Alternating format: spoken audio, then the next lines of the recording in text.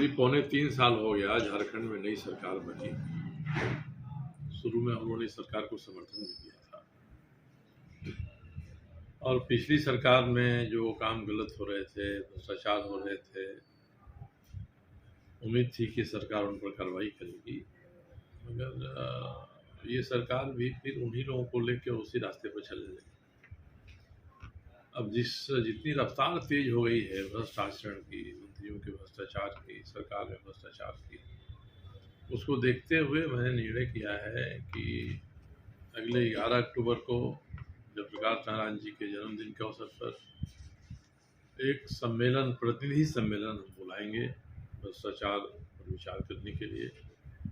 जो आएगा उसमें रजिस्ट्रेशन कराकर ही आएगा और हर विधानसभा क्षेत्र से कम 5 व्यक्ति आए, ज़्यादा जितना आए। तो ये हमने एक लक्ष्य रखा है और ये सभी इकट्ठे होंगे तो राज्य की वर्तमान स्थिति है, उसमें भ्रष्टाचार की भूमिका है, अराजक वातावरण होते जा रहा है, जो सरकार के राज्य के संसाधन हैं वे संसाधन सामान्य लोगों तक पहुंचते हैं तो वो प्रीमियम लेकर पहुंचते हैं, महंगे पहुंच रहे हैं। जो कमज़ोर है, गरीब है, उसको ज़्यादा कठिनाई हो रही है। इसलिए झारखंड में भ्रष्टाचार की स्थिति पर विचार करने के लिए ये प्रतिनिधि सम्मेलन हमने बुलाया है। अब देखना है कितने लोग आते हैं, आना है, खुद लोग पहल करें। हम कोई घूम के नहीं इकट्ठा करने जाएंगे। जिसको लगता है कि ये मुद्दा सही है वह हमारे यहाँ ऑनलाइन रजिस्ट्रेशन कराए। उसके लिए मैंने नंबर दिया है, उस पर मिस्ड कॉल कर दीजिए या इधर से कोई बात करेगा या व्हाट्सएप भेजिए तो फिर आपको हम बाकायदा आमंत्रण भेजेंगे कि साहब आप आइए, ये काम हम लोग कर रहे हैं।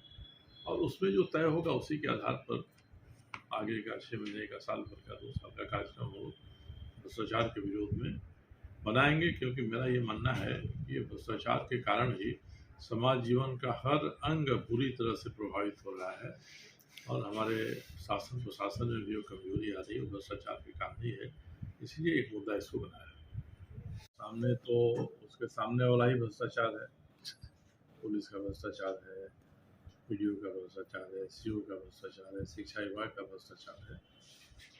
मगर ये भ्रष्टाचार क्यों पैदा होते हैं? इसलिए पैदा होते हैं कि ऊपर से इनको संरक्षण मिलता है और सत्ता के शीर्ष पर जो समूह बैठता है उस समूह के भ्रष्ट आचरण के कारण ही प्रशासन में नीचे भी भ्रष्टाचार होता है। इसलिए सबसे महत्वपूर्ण, साथ के पहले से ये बात उठा रहा हूँ। कल टाटा स्टील के लोगों से मेरी बात हुई, मैंने कहा कि अगर इस शहर से जल निकासी की समस्या है, सीवरेज है, ड्रेनेज है, इन दो को ठीक करना है, इन दोनों की क्षमता बढ़ानी है, ये नहीं होगा तो 10 साल के भीतर जमशेदपुर ऊंची बिल्डिंगों वाला स्लम बन जाएगा। क्योंकि पूरे बरसात के 4 महीने अब तो सड़कों के नीचे से पानी निकलने लगा है।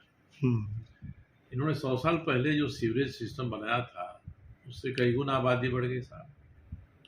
जायज़ नाजायज़ बिल्डिंग 5 मंजिला, 4 मंजिला, 30 बाई 40 में बन रहे हैं। लोग तो उसमें रह रहे हैं तो आपके सारे सिस्टम पर दबाव पड़ रहा है, उससे सीवरेज जो पड़ रहा है, ड्रेन से पड़ रहा है, उल्टे आप ड्रेन को इंक्लोज कर ले रहे हैं, ये भी हो रहा है। तो ये काम है, टाटा स्टील ने शहर बसाया है, जो विकास विभाग है, दोनों को मिलकर ये देखना होगा कि जमशेदपुर को हम कैसे बेहतर बनाएं। दूसरा है कि हम जो भी विकास का काम करते हैं, जैसे एमजीएम में कहा आपने सड़क बना दिया, इस पार का पानी उस पार नहीं जाएगा साहब। कोई ढांचा बने तो सबसे पहले ही देखा जाता है कि यहाँ का पानी कैसे निकलेगा, कहाँ निकलेगा। यहाँ तो पानी निकलने वाले रास्ते पर ही आशियाना जैसी कॉलोनी खड़ी हो जाती है, तो पानी क्या करेगा? पानी को तो कहीं ना कहीं जाना है। आपने देखा होगा जो विकसित शहर है इस बार, बेंगलोर है, इंदौर है, इसमें कहर मच गया क्योंकि आप विकास करते जा रहे हैं मगर जो ज़मीन के नीचे का ढांचा है विकास के लिए वो आप नहीं बना रहे, उसको इंक्रोच भी कर रहे हैं और उसको कोई महत्व नहीं दे रहे हैं। पानी निकलने के रास्ते में ही आप भवन बना रहे हैं, बिल्डिंग बना रहे हैं। तो ये जितनी स्मार्ट सिटीज़ हैं सबकी सब बेकार हो जाएंगी। इसलिए मैंने आग्रह किया है टाटा स्टील के लोगों से भी कि आप गंभीरता से विचार करिए। जमशेदपुर को बचाने के लिए ज़रूरी है कि अच्छी प्लानिंग बने। और मैं तो कहता हूँ किसी ने ड्रेनेज सीवरेज पर घर बना लिया है, आप तोड़िए, बेरहमी के साथ तोड़िए उसको।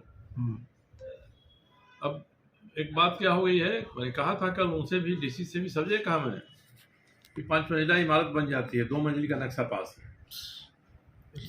और आप फरमान करते रहते हैं, पानी काट देंगे, बिजली काट देंगे। भाई जितना पास है उतना तो रहने दीजिए, उसके बाद वाले को तोड़ दीजिए, उसके बाद वाले को बंद कर दीजिए। और जो बिल्डर है वो बना के बेच देता है, चला जाता है, जो खरीदा उससे उससे मुकदमा कराइए बिल्डर के ऊपर, कैसे बनाया, कैसे बेचा।